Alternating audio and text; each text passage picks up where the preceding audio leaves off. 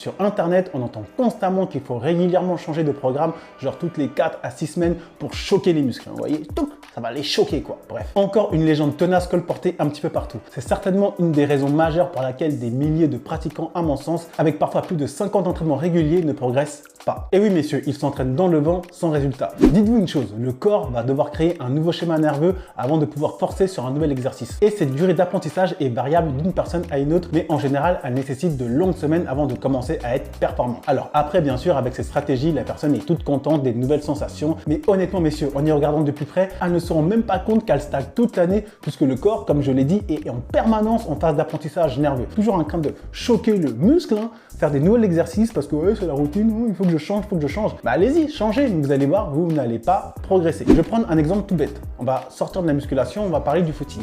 Imaginez-vous que vous voulez progresser en endurance. Qu'est-ce que vous allez faire?